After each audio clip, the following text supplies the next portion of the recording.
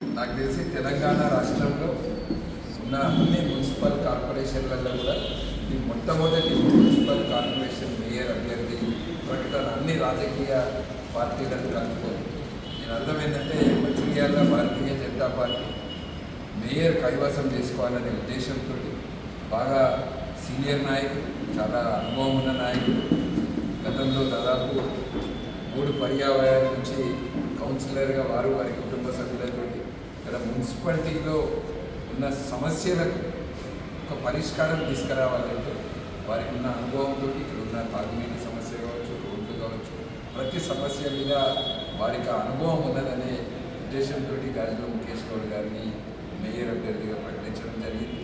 సామాజిక వర్గ కోణంలో కూడా 30 జనరల్ సీట్లలో భారతీయ జనతా పార్టీ కేవలం 5 మాత్రమే ఓసీలకు ఇచ్చింది. 25 సీట్లను కూడా జనరల్ సీట్లను కూడా బీసీలకు, మహిళలకు ఇవ్వడం జరిగింది. అన్ని వర్గాలకు న్యాయం చేసినట్టు జనరల్ సీట్లలో కూడా మహిళలకు ఇవ్వడం జరిగింది. ఇట్లా అన్ని వర్గాలను తీసుకొని ముందుకు వెళ్తుంది.